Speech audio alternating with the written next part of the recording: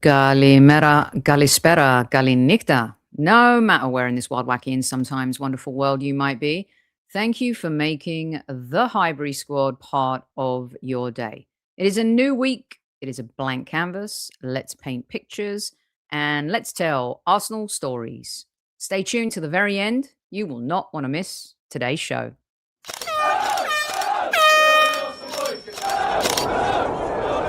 Mind the gap between the train and the platform. Please stand clear of the discussion doors. The next stop is Highbury Squad.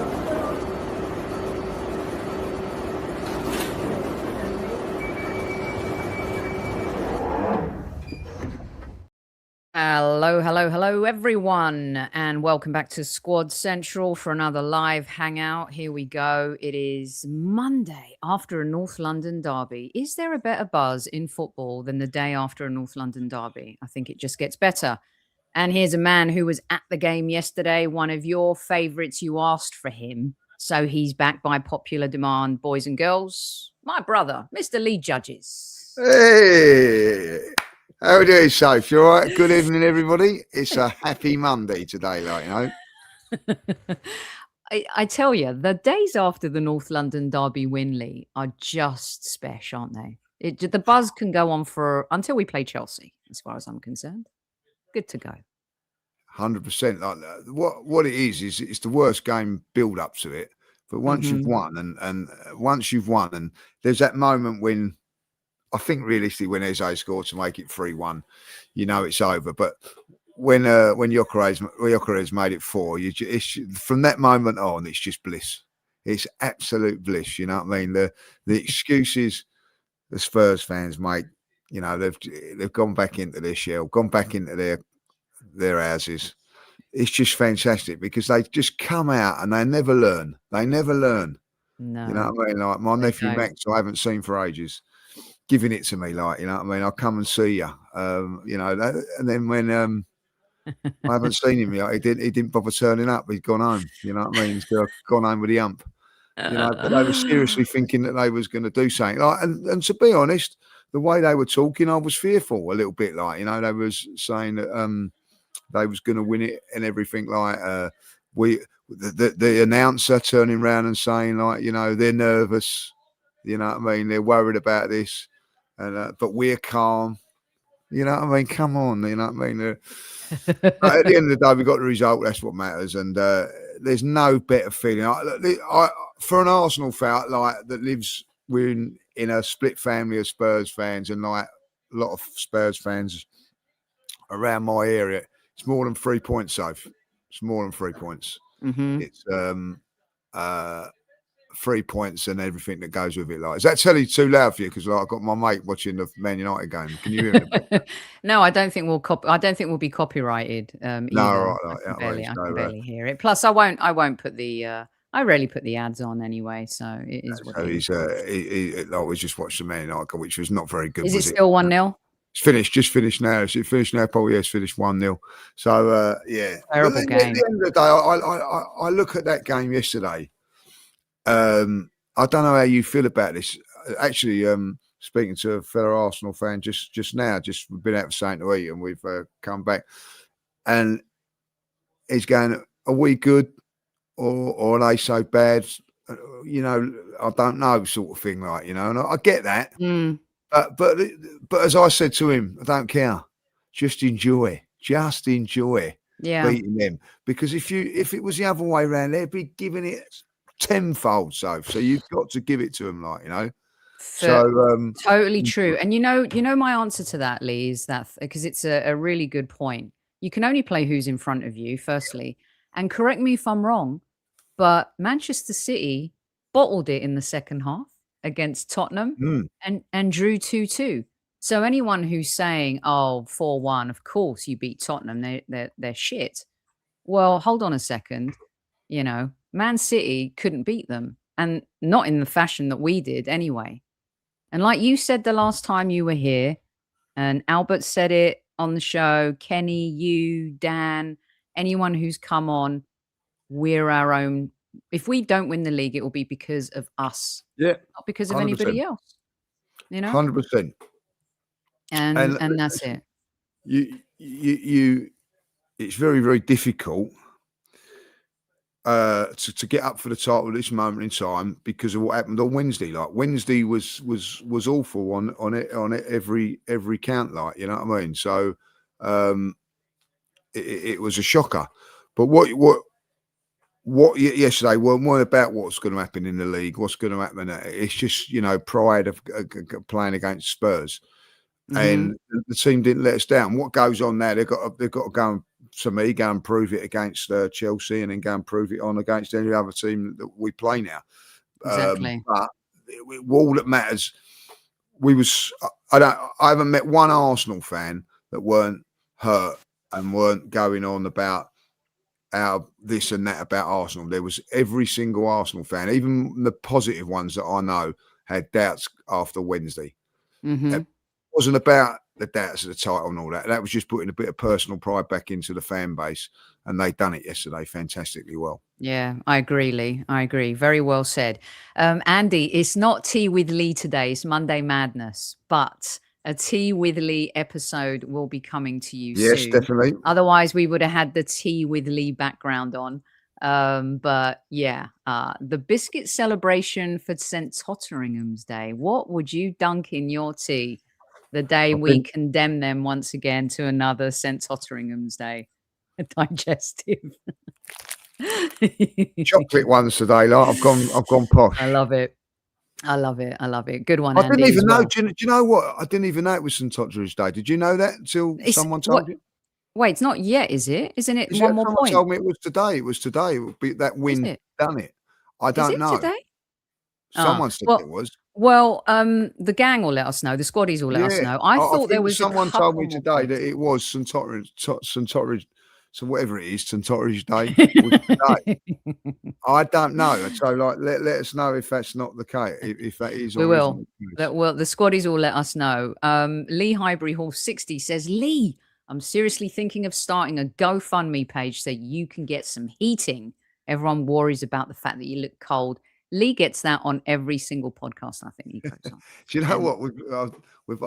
I've moved to the other side of the living room now, and I just said to Paul, it's bloody cold over here. You know what I mean? All the heating's down that end, like, you know what I mean? So I love it. I love it. But I'm not cold. I'm not cold. I'm warm. I'm warm. Don't worry. I love it. Okay, let's get stuck into this. You're not going to want to miss today's show for a few reasons. Potsy's going to be joining us in a few minutes as well. We're going to get Lee's inside the stadium perspective, and we've got to talk North London Derby with him, of course. We're going to ride that way for as long as we can. And then we have a special announcement towards the end of the show. And some of your favorite podcasters will be appearing as well. Perhaps not live, but via video. But let me tell you, you're not going to want to miss it. All right.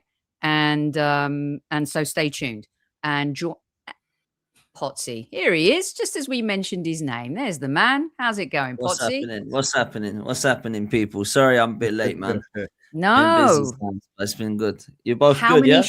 How many shows have you done today, Dan?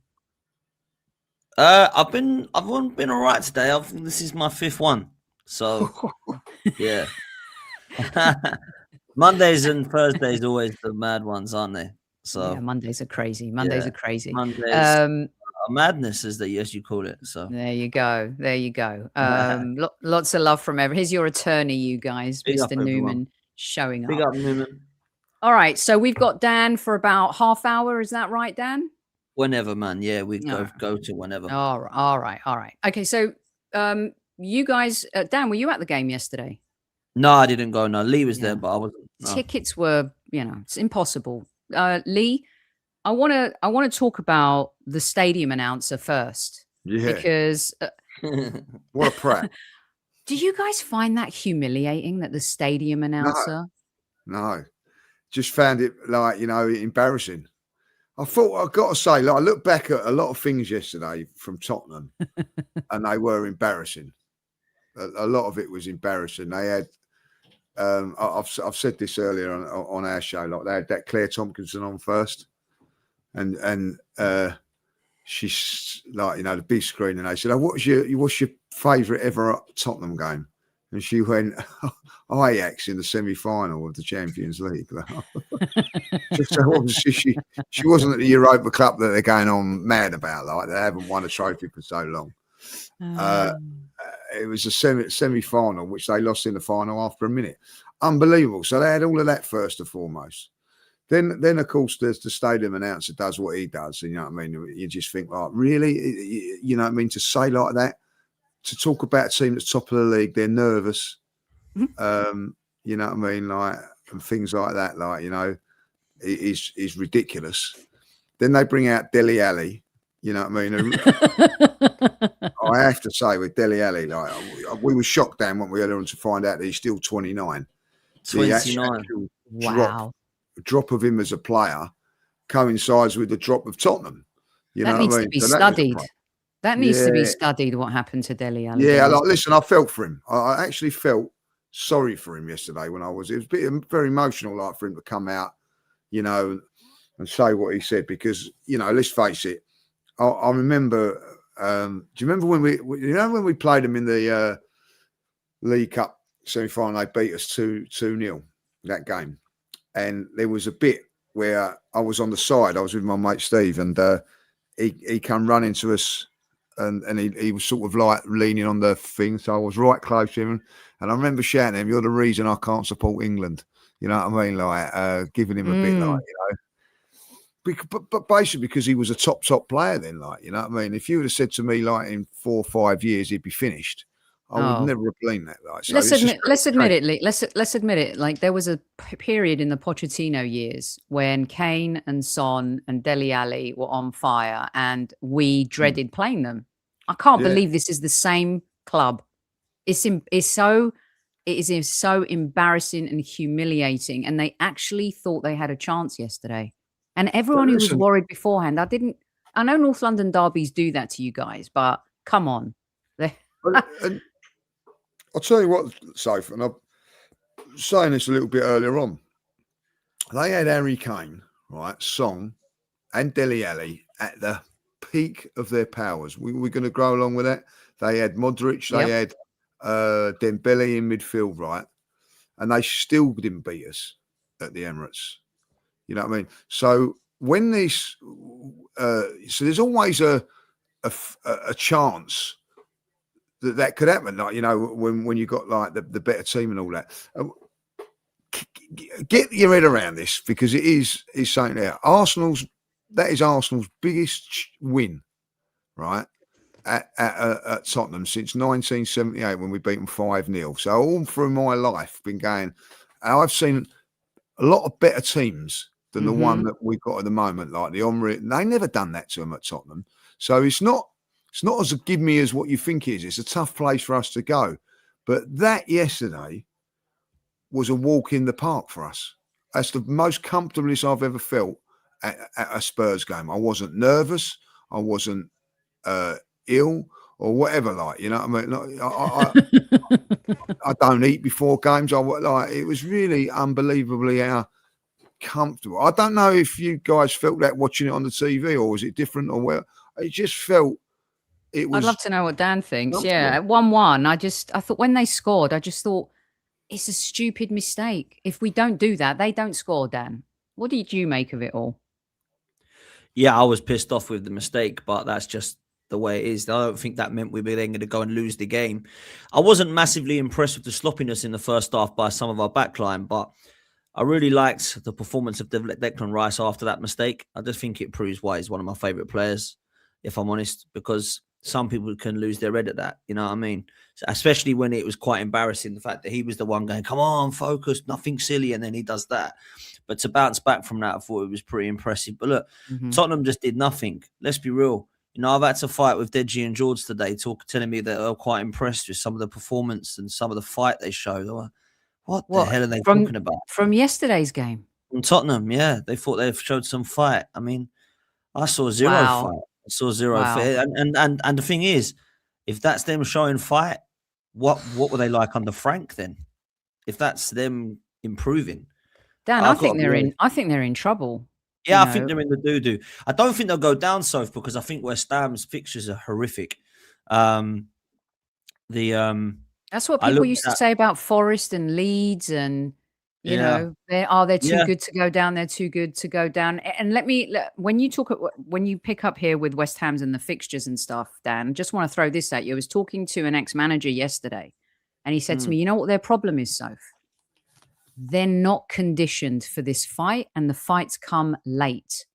yeah, Forest and West Ham have been conditioning for the fact that they're in a relegation fight.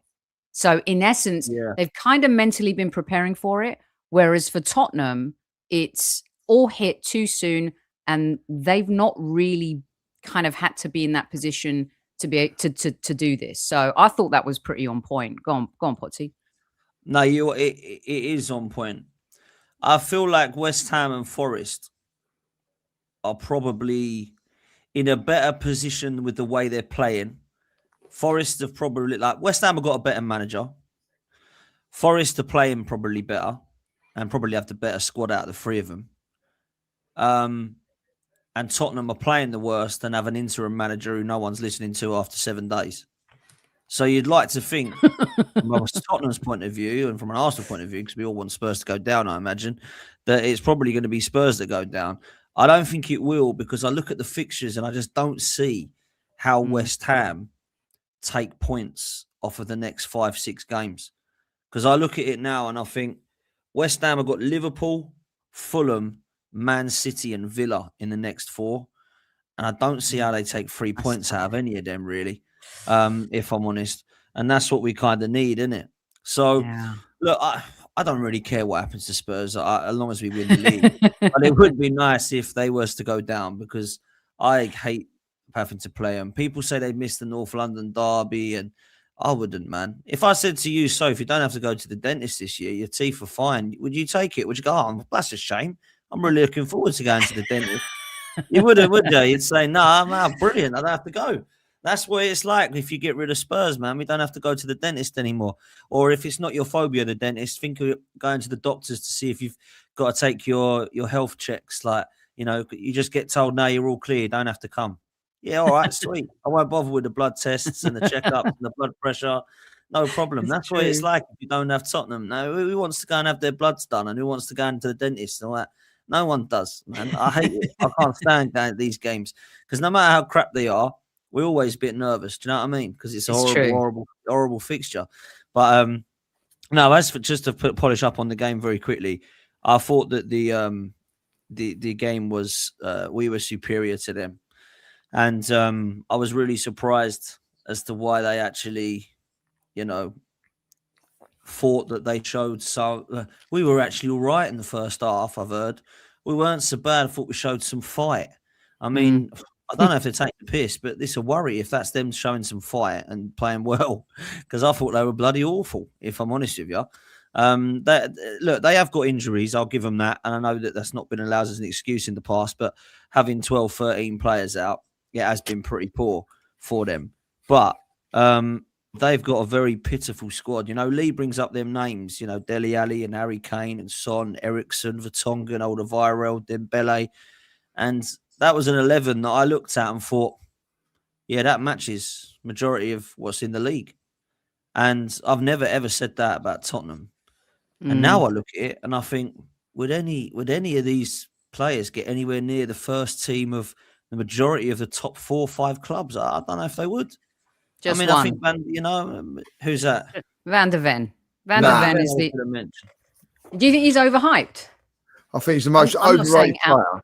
Really? The most overrated player ever. Take away his pace, he'd be in the school basketball team. That's where he'd be. Enough about them. I think he's like, how many, like, do you know what, right? You go look back to the best defenders. How many times is it, and listen, you can say it's a good thing, and last ditch defending against Saka, last ditch tackle, whatever, like, top class defenders, Rio Ferdinand, Tony Adams, those sort of guys, John Terry, it was never last ditch. You know what I mean? Like, I think he relies on his pace. Take away his pace, it'd be nothing. And I'll tell you what, like, you know, you know what? You know what? I hear what you're saying. That's a great point about the last ditch tackling. Positioning as a defender is everything, isn't it? So I'm going to switch gears as to why I wanted to talk to you guys tonight. Because it's easy to kind of course, we're going to laud Declan Rice and Saka and Saliba and Gabriel. But what I want to talk about is the unsung Arsenal players who could actually be it's like the silent squad members, that are the road to the title, really. And our chief like officer here asked the squaddies a question earlier. How good is Mosquera? So I wanted to talk to you guys about him. I wanted to talk to you guys about Nkapie, especially. But I said something on the show yesterday and a few people came at me. But listen to how I said it.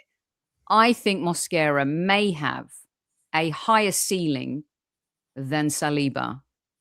I don't know if I can remember a player coming into an Arsenal squad, guys, to play in defence, first season, 21 years old, and to not sweat, like to not break a sweat. I think he is so talented. And as important as Saliba and Gabriel and Timber are, I think these two change the game for us when it comes to challenging for the title. I think they're as important as the other players that I mentioned. Pottsy, I'd love to hear from you first on this one. And what I'd like to know is, were you impressed with Nkapie from the get-go? I was super impressed with Mosquera from the get-go.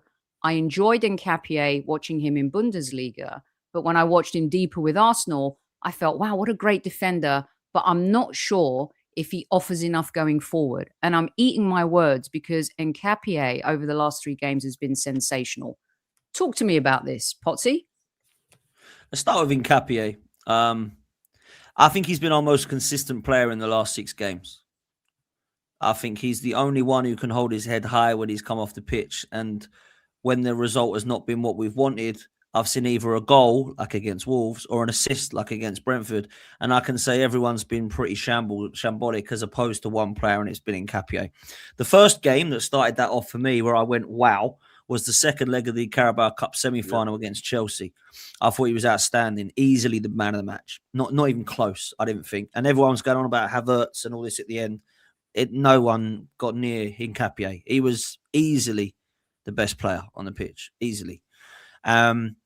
And that for me was not really a shock as such, because I just thought he had a really good game. But I don't think he was someone who walked into the squad to start with that I went, whoa, wow, like him.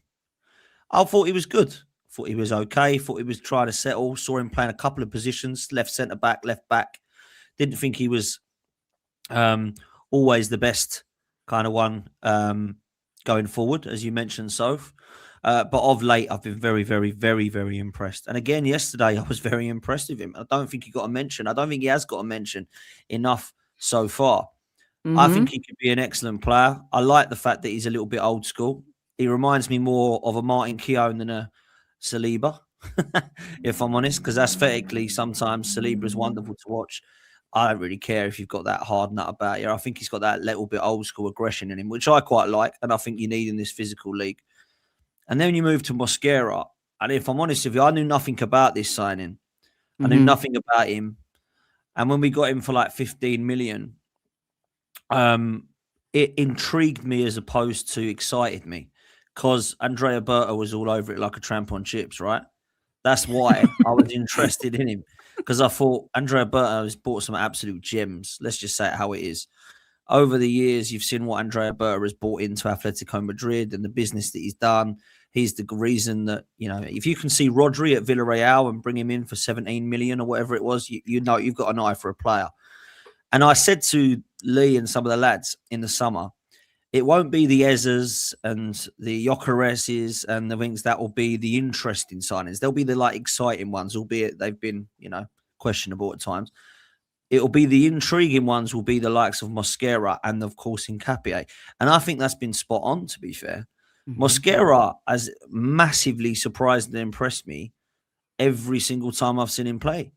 And all I can remember is he kicked the ball wrong once and it went off for a corner, which they scored from Newcastle. I can't think of anything else he's done wrong.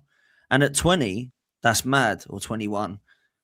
And I'll go back to end on this, Soph. I think what you've said is kind of madness statement. Oh my God, Saliba, what?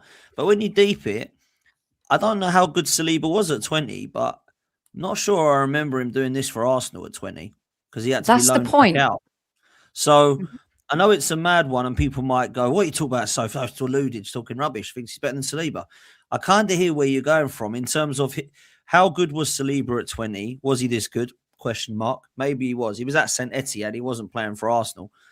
And Mosquera, whenever he's come in, it has not been an issue to him. And I love that because you have to big up Mikel Arteta for that as well, because he's trusted into playing those games. For example, and I always used to think about this. Let's think of some centre halves that Arsenal have had that haven't been great, right? Let's talk about Philippe Senderos over the years. Right, no one loved him, but when Do he we come have in to? and did a job, yeah, when he come in and did a job, you were like, oh no, bloody hell! But when he had about 5, 6, 7 games, you thought, he's not that bad. Champions League run, for example, he was phenomenal at centre half for us, Philippe Senderos. But then you look at it, you think Mosquera's never had that run of games. But every time you've called upon him, he don't need 5, 6 games to look good. He's just instantly good. Whether you're at Anfield, Saliba, oh, he's done in the warm-up, Mosquera, you're in. Oh, Christ, I haven't even bloody put my socks on yet. Boom, unbelievable game at Anfield. Superb, other than that mistake against Newcastle. Brilliant against Tottenham. Comes on at right back, and I thought looked monstrous. Very, very, very, very impressed with both of them. But I will say that Mosquera does excite me more out of the two. Yeah. Lee, we can talk about Timber and how brilliant he's been this season, but I think we all agree that Timber has looked a little, whether it's jaded, tired, he's carrying this injury, and Mosquera steps in. Some fans are like, and even in chat tonight, I would start him against Chelsea. He hasn't put a foot wrong. I never said that he was better than Saliba. I just see he has a higher ceiling based on what Pottsy just said. I can't remember like someone coming in and having that type of impact under this amount of pressure. Certainly not Saliba, who went out on loan. You go to the home games, you go to the away games. These boys look unfazed to me, Lee. Yeah, no, the biggest credit I can give Mosquera is look, that's when Saliba come in, he's replacing Mustafi and guys like that. You know what I mean? He's up against or competing with the likes of Saliba and Gabriel, so straight away you're going to compare him to them guys straight away. And,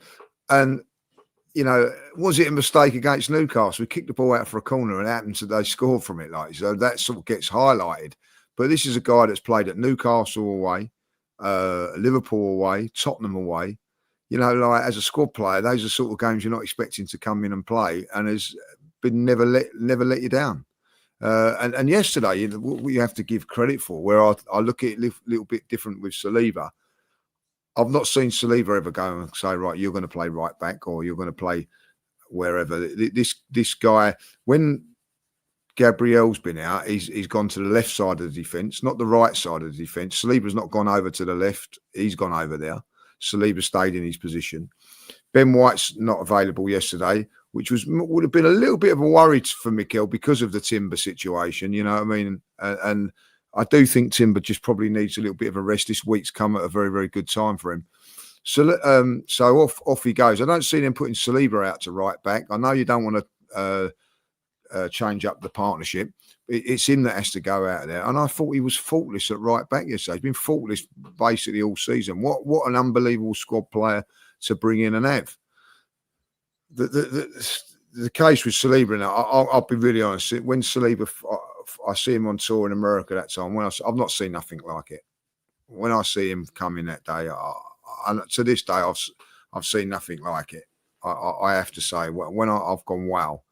And I've been fortunate to see Tony Adams when he was young, Martin Keown, these are unbelievable legends at Arsenal.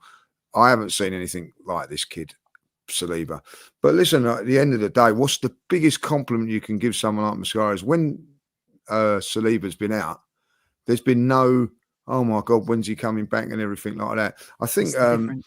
it's unbelievable. And this is also on the back of an injury as well. He's come back from, was it 6-week injury? And he's just come and come straight back into the team. You know, I don't know if he played in the Chelsea game. I can't remember if he played. I know that Saliba and Gabriel. I don't know if Which he played the way the at Stamford away Bridge game or in the Stamford cup. Bridge. Mm-hmm. Stamford Bridge in the Yeah, league game. Mosquera and Nkapie played because both Gabriel and Saliba Right, were out, so he's had to play in Chelsea. He's played. So there's another big ground that he's gone and played at. Like, you know what I mean?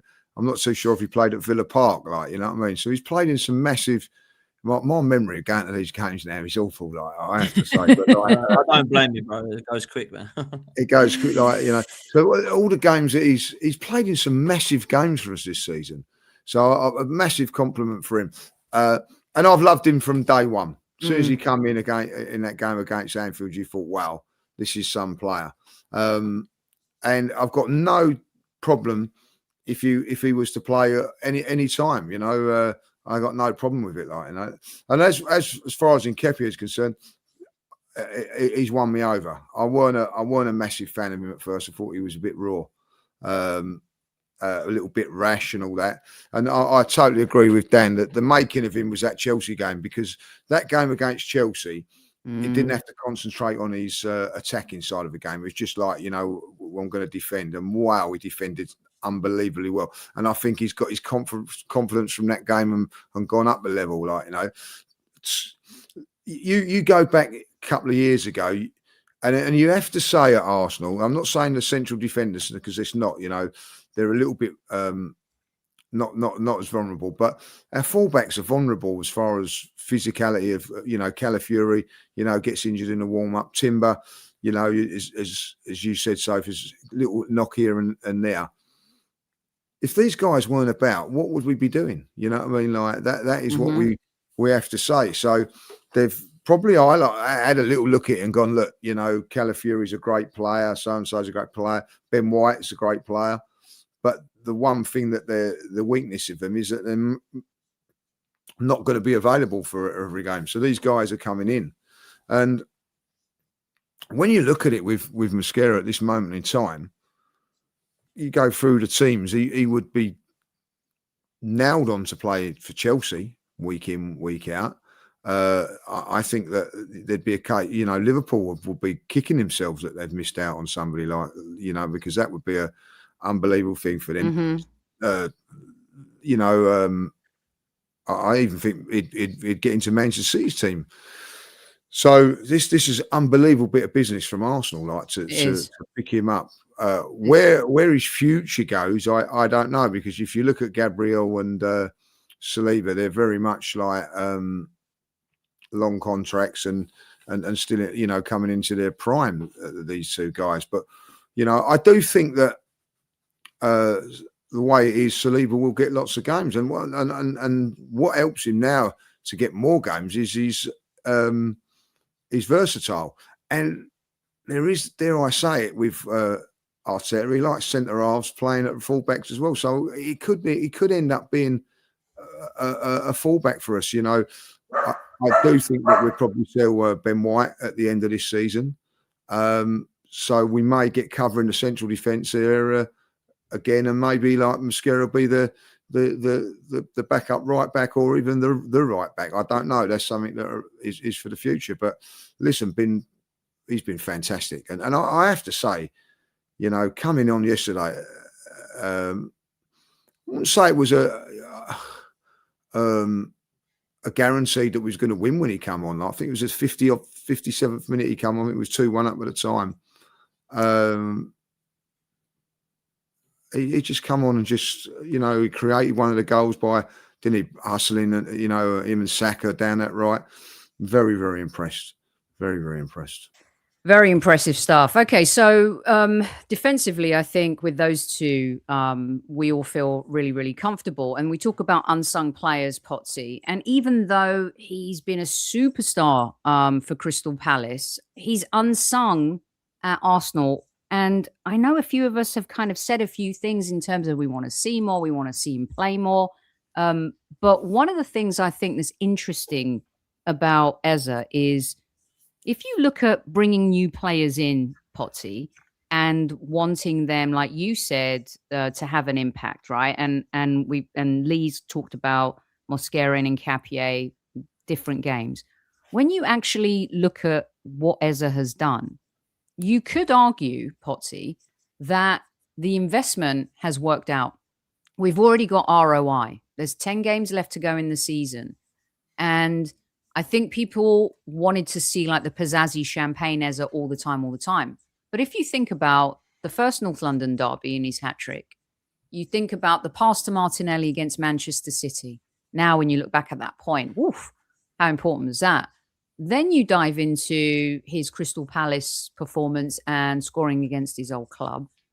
And then you look at this North London derby, the bounce back game after being absolutely humiliated against Wolves. You could argue that we've already got ROI on him. And in the absence of Odegaard being injured, but then seeing Eza come on against Tottenham, and I thought Odegaard actually looked good when he came on. How do you see this going? Because when I see Odegaard come on with the last 20 minutes and you need to control the tempo of the game and keep possession, I feel like Odegaard's now the sub, and maybe you go with Eza for the rest of the season. But I also understand that risk reward, right? He's not going to want to play Eza in certain matches, depending on who the opponent is. Dan, how do you see it? Because I feel like Eza's almost an unsung player and people are expecting so much. But when you actually look at what he's done, I feel like he's delivered. What do you think? Let me be real about Eza's signing. I don't think many people felt like this way, if I'm honest. But I truly believed that Arsenal fans enjoyed the way we signed Eze as opposed to how we got the signing. So what I mean is the way that we screwed over Spurs, people were laughing more at than the realisation that we've actually signed Eze. When we signed Eze, I thought it was great and it was funny that we dicked over Spurs. But I never saw him as oh, Christ. I mean, Mesut Ozil was good, but this guy levels. Alexis Sanchez, we've replaced him. We're going to go win the league now. I thought he'd be a contributor and I thought he'd come on and score an assist. That's kind of what he's done. So I don't think Eze's been this, oh my God, he's been horrendous, because I thought he'd have 15 goals by now. I never did. And I spoke to Crystal Palace fans when we signed him. And I said, go on then, tell me, you gutted? They said, yeah, we are gutted. I said, what do you reckon he'll get then? 12, 15 sort of goals? They were like, you're joking, aren't you? It's like, he's not going to get that for you. It's like, he'll do well though. I said, they said, but don't put him on the left wing because he's awful. And I said, I think left wing is where he's probably going to play. Well, they were right. He's awful on the left wing. He played there once. Matty Cash did him over and he's never played there since. So Mikel Arteta learned that one the hard way. But in the middle, I actually think I like him there better than I do Odegaard. If you want my honest opinion, I don't think either of them are in the 10 position as far as Arteta is concerned first time. I think if everyone's fit, Havertz plays there. In Mikel Arteta's eyes, I think Gyökeres will be the 9 in Arteta's eyes, and Havertz will be the 10 when everybody's fit. Whether or not people like that or not is a different question, but Arteta will go with that, I think. I don't think Odegaard has played well enough to play there, but right now, I think you give it to Eze, and you say to Eze, "Look, this is your position until you're not good there, but better be good because Odegaard's on your tail. Havertz is coming back from injury. I've played Marino there. Ethan's coming back into this side next season. And we're probably going to be linked with Morgan Rogers and God knows who else in the summer. So it ain't like Eze needs to relax now. So I'll be honest. I think when you look at it, I believe Eze's probably been disappointed with his own sort of goal tally and assist tally. But I truly believed he would be in with a shout with goals and contributions. He set up Gyökeres against Forest. He set up Martinelli against Man City. And he scored against his old side Palace and 5 goals against Spurs in 2 games. I mean, Pires has only scored 7 in the whole of his career against Spurs, isn't he? And he's in 2 games got 5. So it's quite incredible, really. But I think he'll be disappointed, and I think he'll want to do more so. But for me personally, when we signed him, I don't know what you two thought. When we signed him, I did not go, league's ours. He was not a Sanchez or an Ozil. He was a contributor for me. And I think that's exactly what he's been. And I want to swing it to Lee because it's such an important point. And what my response to that would be, over the last few seasons, guys, I think as fans, we haven't been used to having proper finishers, subs, whatever, squad depth, whatever the kids are calling it these days, whatever the buzzwords are. And I think that now we're getting used to the fact that when Havertz was fit, right, I don't care if Gyökeres or Havertz starts. I just want to win. I just want to win the title. So I think with Arsenal fans, we're not used to the fact that there's a name like Eze and he could be on the bench, because we're used to having tighter squad and starting our best players over and over and over.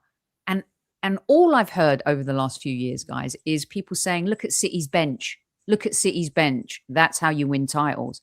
So Lee, with that same token, and I know when you spend 60 million, you want X, Y, and Z. But in today's game, with budget and the way it is, 60 million for what Eze's done, take that away, you're 5 points less, you're X points, you're missing. Do you understand what I'm, do you know what I'm trying to say here? Yeah.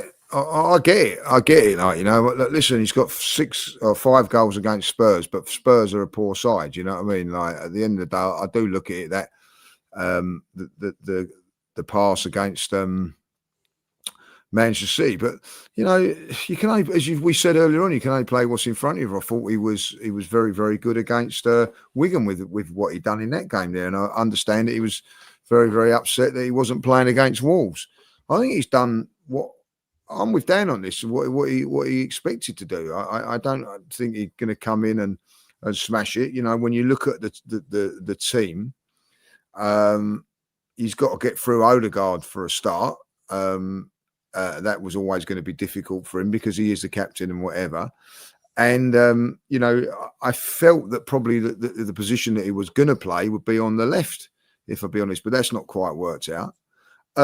But I think that's what, you know, I'm with you on that. Like, you know, if Havertz comes back in now, you know, a lot of people are going, oh, Gyökeres instead of Havertz. Well, that's out of the equation now after what Gyökeres done the other day. Like, so, you know, you need these players. And what I see it now is with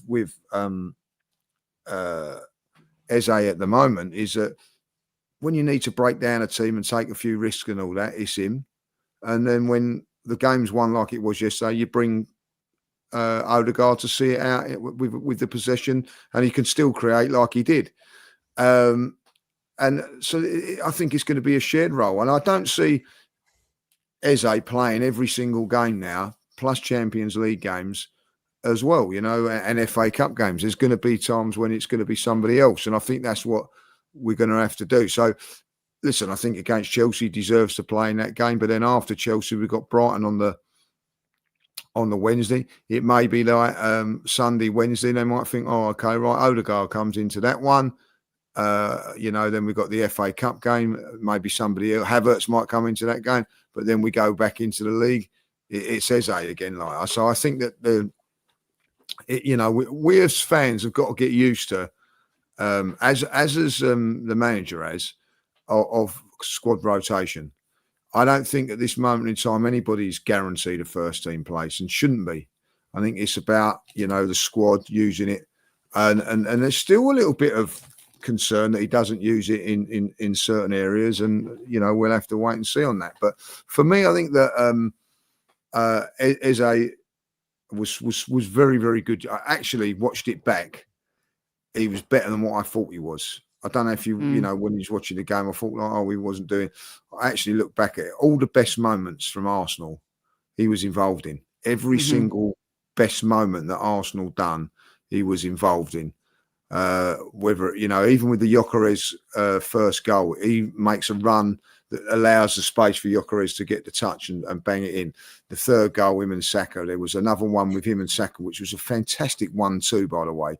And Saka gets a shot off goalkeeper, makes a good save. The one when he was on the left-hand side and he skinned the fullback and then put in a cross shot. And there was another one where there was another shot that he probably could have done a little bit better with, maybe just held on for it a little bit too, but everything good come through him.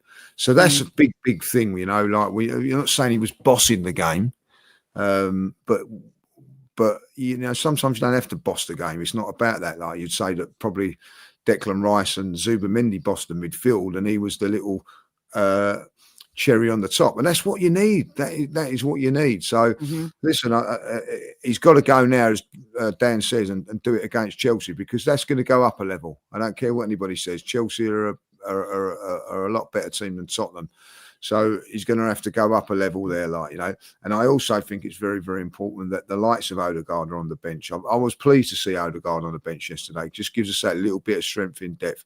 I hopefully Havertz to be on the bench for the next game. Just gives us that little bit of depth. And when you look at our bench at the moment, it's still very, very strong. The talent that we had on there for the Spurs game, and we've had injuries as well. People going about injuries. We've had injuries, so it was a very, very strong bench yesterday. There's, when you think about it, like Havertz and Ben White will definitely get into the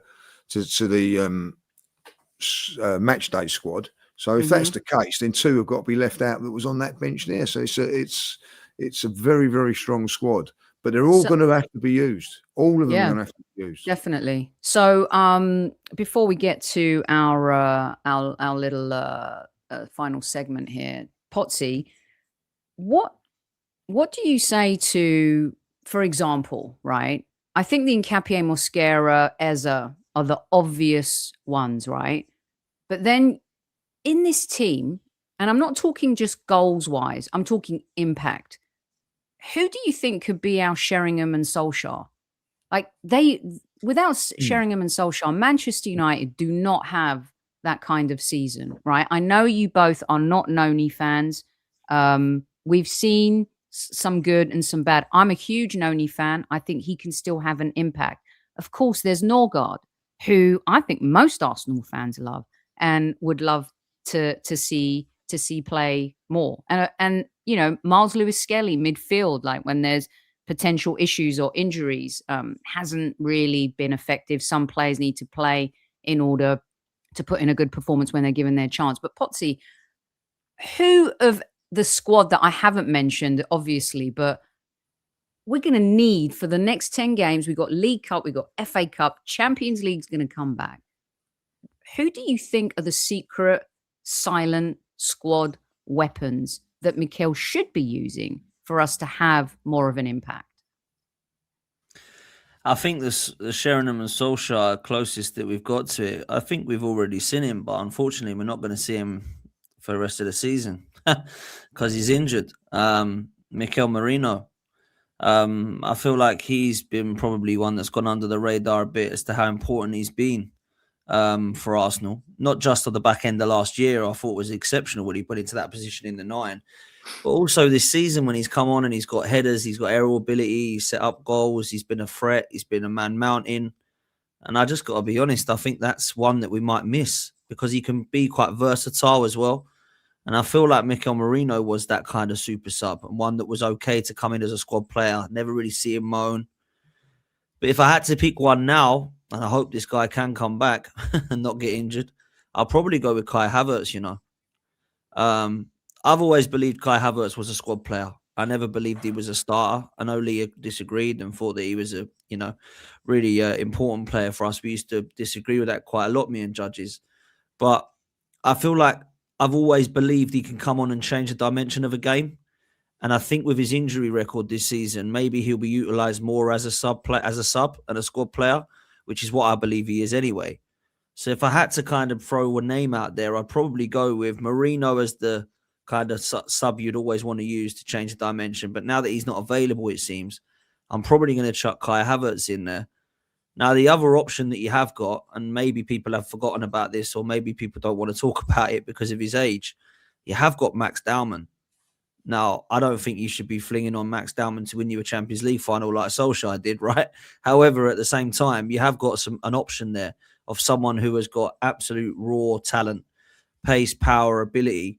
And I think something that Max Dowman did that a lot of people have probably forgotten about because it was right at the start of the season was he won us a lot of fouls / penalties because of his technical ability and his agility.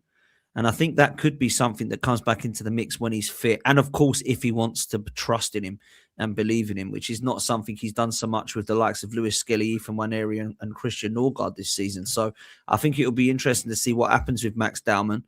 I think it'll be interesting to see the fitness of both Havertz and Marino over the next couple of seasons as well. But for me, I think if I had to pick one that's going to come in and do something, then yeah, I'd probably go with Kai Havertz as long as he's fit. And I think we've seen that already when he came in on a number of games against Leeds and Kairat, and then obviously at Chelsea where he got the winner. I think that's the perfect role for Kai Havertz, in my opinion. I've been disappointed with Norgard's minutes, I've got to be honest. 38 minutes in the Premier League, and I was told it was an exceptional bit of business. Well, Arteta clearly doesn't agree because he's not playing him, and I find that bizarre because every time he's come in, quite like him. Quite like his performance. Now, I appreciate it's against Wigan and Kairat, which is very different, but I'm looking at Rice and Zubimendi in the red zone, looking knackered and exhausted in games, thinking, why is this guy sat there fresh as a daisy on the bench? I just don't quite get that. And I can appreciate you might not want to play him for 90 minutes, but you can either start the lad or bring him on for half hour, surely. I don't really understand the lack of minutes of Norgard. But in terms of a super sub and maybe a Solskjaer or Sheringham, I'm going to stick with Marino and Havertz for that. And I'm just a bit gutted that Marino's out for that. And look, I wasn't a massive lover when we signed him. I thought he was a squad player, Marino. But I think he's been a really good signing for Arsenal. For 30 M's, you take what he's given to us. I think he's come in, been versatile, given 110%. He looks like a sort of player I'd like in my squad in terms of his mentality. And I also think that I'll never really forget that run where he played up front, right, at the back end of last season. And I said, oh, he's trying to do Marouane Fellaini. And I totally took that back after about 3 or 4 games, thinking, well, one, I think he's better than him already. And two, that's an insult, really, because actually what he's doing is perfect. So I would probably go with Marino, but with his injury, I'll have to say Kai Havertz, Sophie, if I'm honest. Oh, I think you're on mute. Sorry, mate. Lee, what about you? We've seen Trossard be great and not great of late. We've seen Martinelli be brilliant in the Champions League, not so great in the Premier League. Different strokes for different competitions, I guess. But who do you think are those kind of two secret weapons, the Solskjaer and the Sheringham, that Mikel really needs to tap into? I think that Dan's spot on with Kai Havertz. I think with the injuries that he's sustained and what the match gap, I think you can bring him in and out of the game, out of games, and bring him on as a substitute in the last 20 minutes. Different game, like completely different to Gyökeres, someone that can hold the ball up, keep us ticking away that way. Maybe even he could be the one more suited for the Champions League games. I don't know. So I think definitely Havertz. And I think Martinelli's gone under the radar how good he's been this season. Being an impact. Even yesterday, he come on like, you know what I mean? And lovely little ball into Odegaard to Havertz's goal. You know, I think it was a good tackle from Nketiah, and he picks up the loose ball. And I think that he's scored lots of goals this season under the radar a little bit, like, you know. So I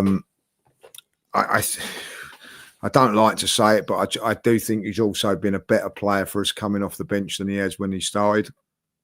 But I think over the last few games, the last sort of month, he's really impressed me with his performances, like, you know. And he's going to have to do that in cup competitions. He's been like the FA Cup. This is where I think the likes of Norgard, I know what we're just saying, are going to be very, very important when we go. I know it's Mansfield and all that, but those players need to play and perform so that it means that the main guys get a little bit of a rest. So I think that they will come into those sort of games. But for me, definitely them two. And we are going to need players to step up a little bit, and I think when we've got the Champions League games coming back, it looks like we're going to be going to Germany. So it's going to be tough. It's not going to be a gimme in the first round. I think when you come top of the league in that Champions League group, I think we could have got a couple of easier ties than what we actually did, if I'd be really honest. You know what I mean? But that's how it goes. They can be difficult, so you're going to have to rotate a little bit there. But I think Havertz and all that, it will be a key player. He has hardly played this season as well, so like going into the latter part of the season, if he can stay fit, he's going to be one of the fresher players as well. And I think we need a couple of fresh players also going at the back end of this season. If you have a look at what Pep's done over it, he keeps a lot of players back for the last sort of 10 games for freshness. So these guys, the Martinellis of this world, the Trossards who have been heavily rotated, them two, by the way, and probably even Noni will have to come in and do a bit as well.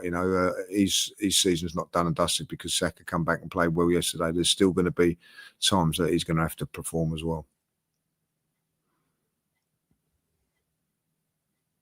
What I loved about yesterday was that it was the new boys that had such a great impact, and it's great to see the new signings having that impact.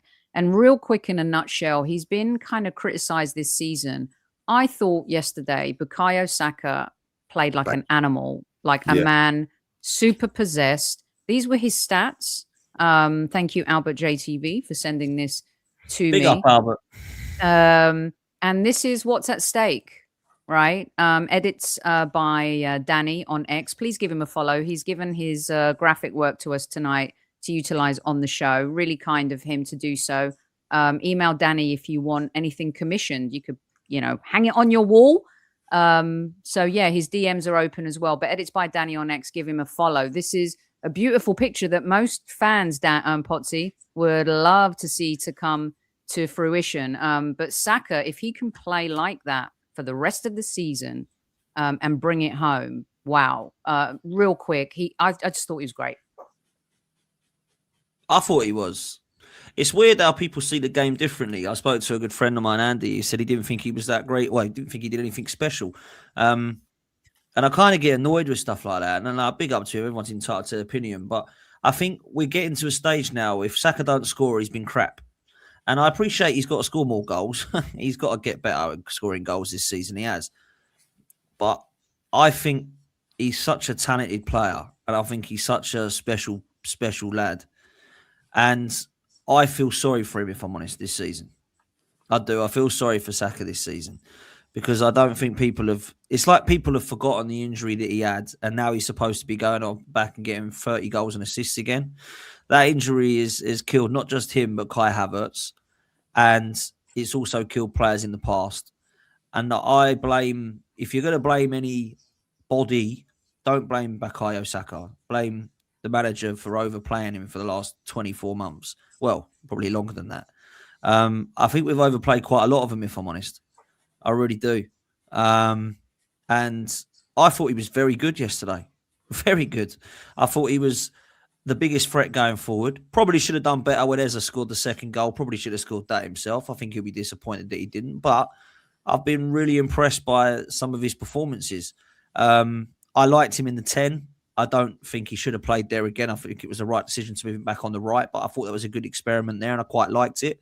But for me, I think his position still is out on the right. I think he's better than Noni Madueke. I know some people think Madueke is better at one-on-ones and I can appreciate that, but his output is worse than Saka's, Madueke's. So when I look at what Bukayo Saka has done for Arsenal, I think he has been ridiculously good. And whether or not you believe he might be overrated by some Arsenal fans who think he's Neymar when he's not, or whether you think that he's been, given the world-class stature when he shouldn't be and all this, I don't know what world-class is. No one's been able to tell me in the last 6 years of asking. So I don't ask whether he's world-class anymore because no one can give me the definition of it. But when we did a show on that early in the season, Pottsy. I remember. And there's the thumbnail. I do feel he gets a lot of stick, Bukayo. He does. He gets a lot of stick. And I'm not one for that. I'm not one for that. Do I think he's had a brilliant season? No. Do I think he's had a great season? Absolutely not. But I think when you look at what Bukayo Saka can do, I'm going to be looking at him to improve in the last, March, April, May. But I'm a big, big fan of the kid, man. I thought yesterday he played really well. I just dread to think, Lee, where Arsenal would have been without Saka over the last few seasons. And I tell you something, if anyone understood this...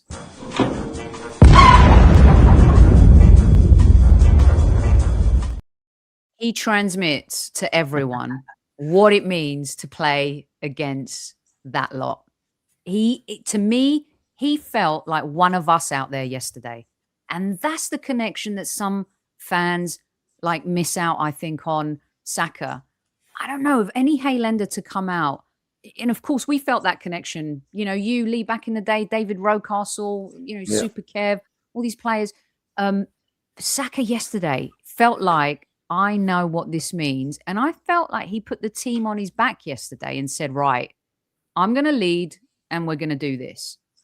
That's what it felt like. I'm fed up with sticking up for him. You know what I mean? As far as I'm concerned, he's still the best player we've got. Deserves where he's be.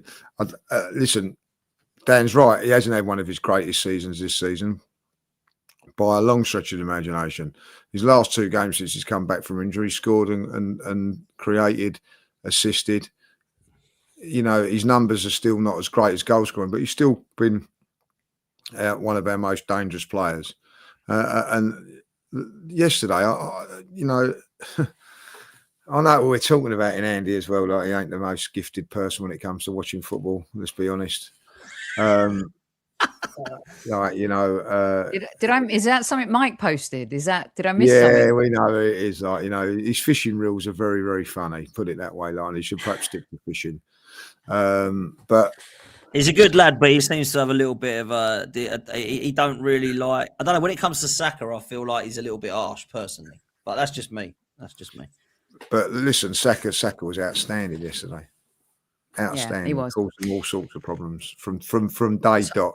Yes, he should have scored a couple of goals. Yes, he went through on occasion, should have done better. Second one I thought was a good save, but he was a constant threat. And what he done was, because he was, and I don't care what anybody says, if he's crap, right, and what everybody keeps saying that he is, why does every team manager double up on him? Why do they do it? Exactly. I don't see him doubling up on other players. I don't see Foden, wherever he goes, being doubled up on, walking wherever he goes. I don't see Cole Palmer being doubled up wherever he goes, being man-marked wherever he goes. It gets, I know he's out in the wide, he does, but I don't. Have a look when he gets the ball. Look at the midfield player sprint back to get into a thing like, sprint to get over the centre half, getting over to get close to him and all that. Like, how many, and takes on the fullback, beats him. Listen, and I think at the end of the day, because we're so unbalanced, you know what I mean? Like, because again, don't want to be critical of the team yesterday and Trossard. I didn't think Trossard was at his greatest yesterday. Done okay, he weren't great, but there weren't no danger at all coming from the left-hand side. If you had that on the left-hand side as well, I think it would be a big help to Saka. You know what I mean? But we seem to be very lopsided over there, where I think it's, class act on one side, not so on the other. And I don't mean to be critical when I say that, but if we could get the balance right, I think you'd see even better. I think he will in the summer. I think he'll go for it in the summer. Can I just close with this really quickly, Soph, right? Yeah. I want to read out a list of players that I would class as decent players at Arsenal, right? If you disagree that any of these are not very good players at Arsenal, then please say. But there's a long list of players: Alan Ball, Graham Ricks, Charlie Nicholas, Cesc Fabregas, Malcolm McDonald, Liam Brady, Super Kevin Campbell, Emmanuel Adebayor, Aaron Ramsey, Tony Woodcock, Alex Lacazette, Freddie Lundberg, George Armstrong. Saka scored more goals than every single one of those players. That's unbelievable. 4 or 5 years into his Arsenal career, or probably 5 or 6 years. Yep. Wow. Honestly, well, I think love that, Pottsy. I love that. Totally agree. I mean, look, it's hard to be. I find it hard to criticize Saka if he doesn't have a good game, but I also don't think he's immune to criticism. But anyone who doesn't think his importance to Arsenal, how important he has been and can be, And yesterday's game showed everyone talking about maybe he's finished after his injury. I think it's way too early to be talking about that. Speaking of finished, let's do this, shall we?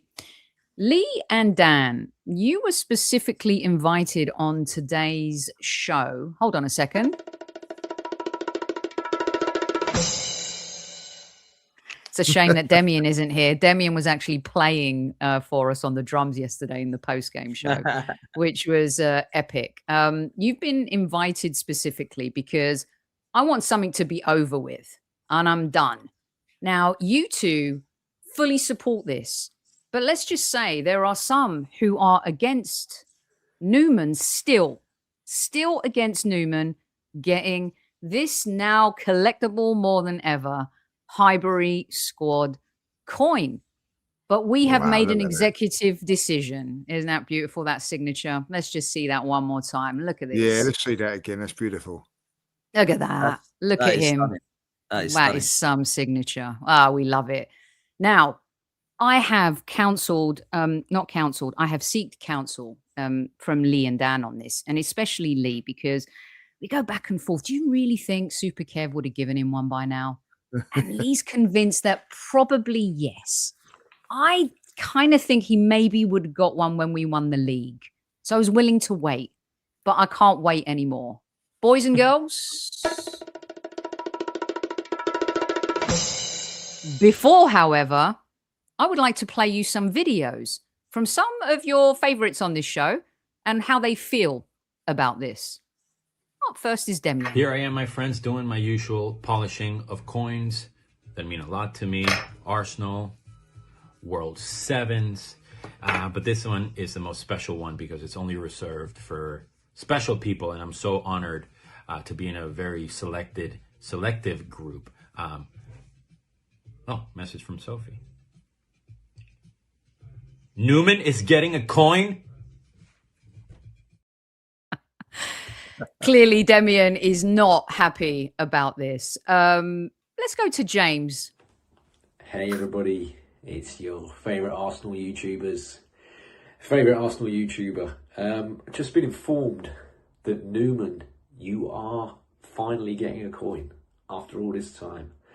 And Newman, you getting a coin is proof that if you wait long enough, even the laws of physics eventually get tired and give up.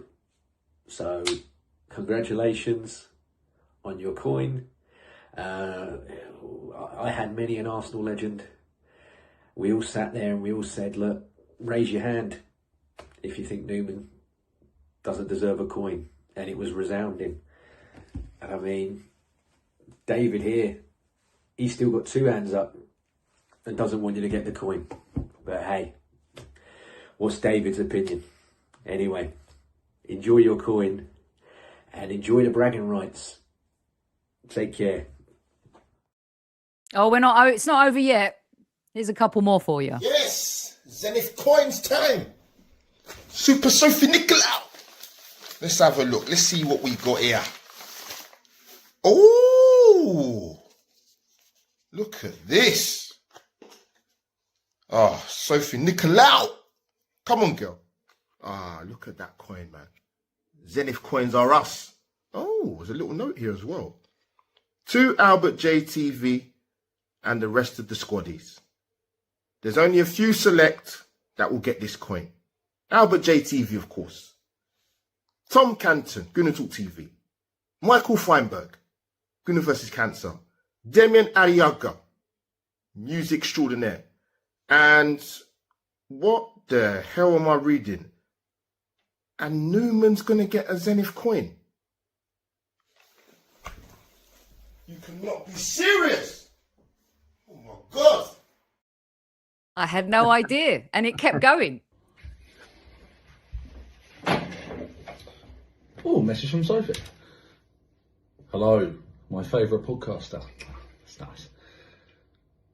Newman's getting a what? Newman's getting a what?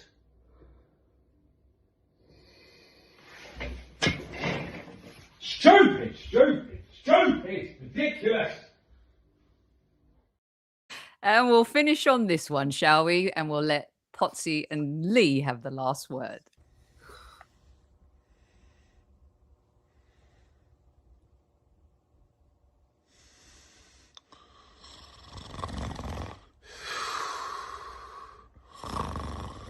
Wait. Zenith coins. What an amazing, special privilege. Only the top Arsenal content producers and influencers get them.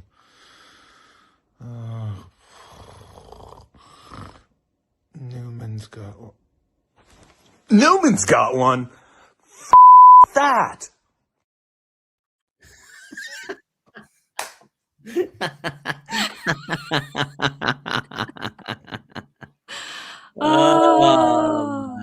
That's class, man.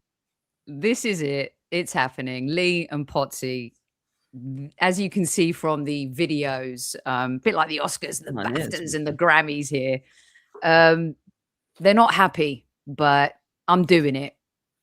I'm doing it. I'm going to do it, man. Pottsy. You got to. Newman's a legend, man. Let's just say it how it is. Newman's a legend. He's been supportive of all of us, man. He's always on my show. He's always on here. He's a great guy, man. He's always with myself and Lee.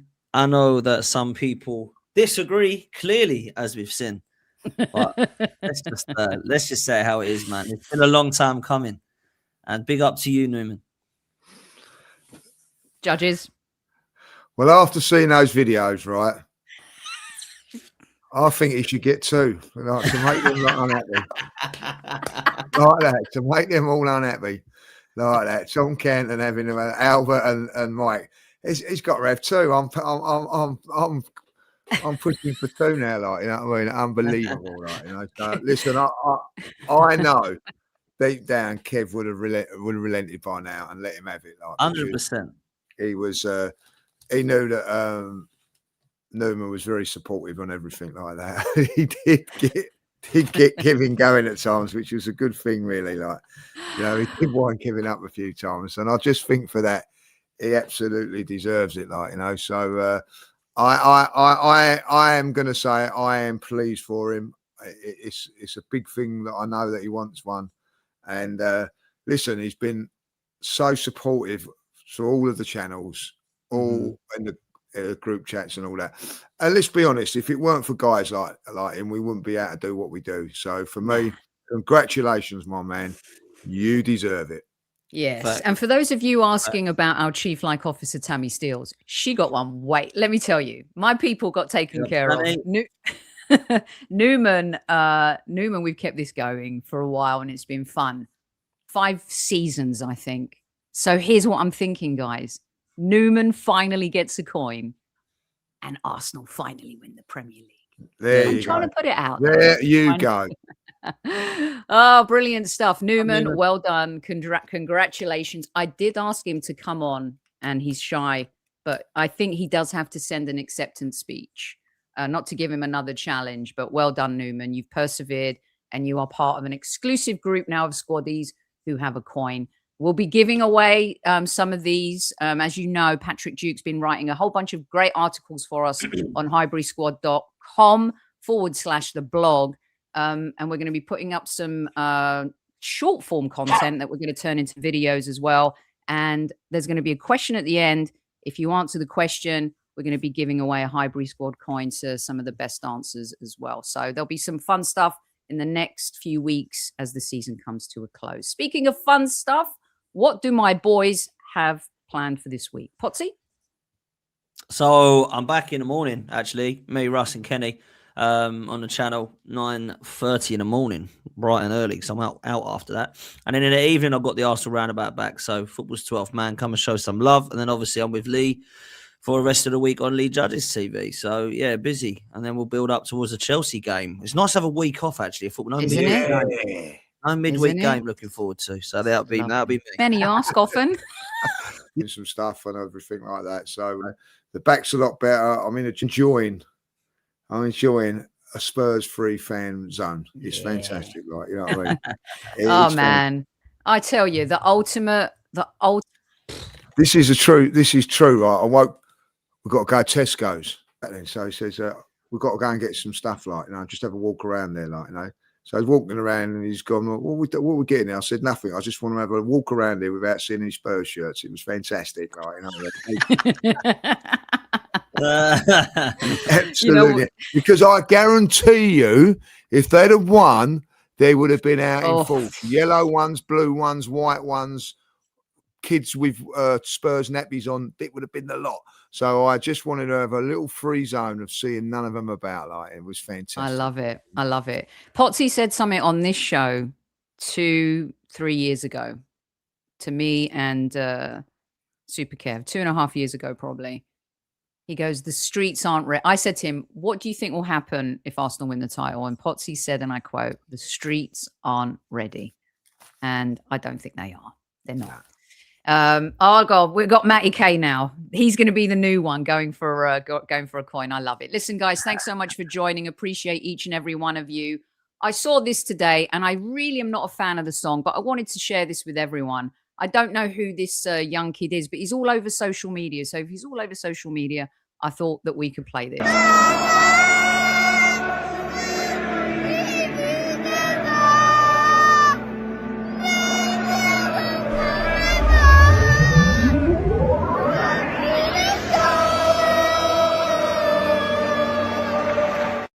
He reminds me of the guy at Anfield when he was like,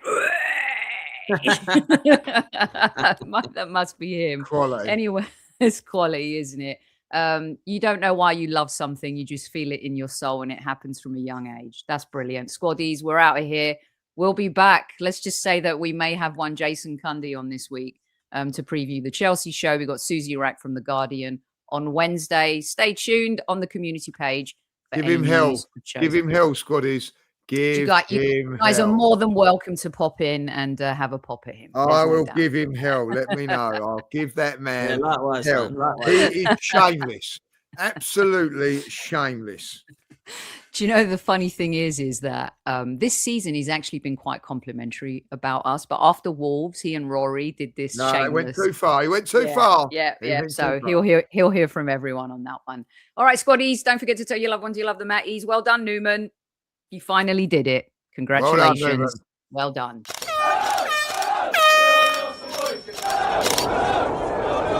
Mind the gap between the train and the platform. Please stand clear of the discussion doors. The next stop is Highbury Squad.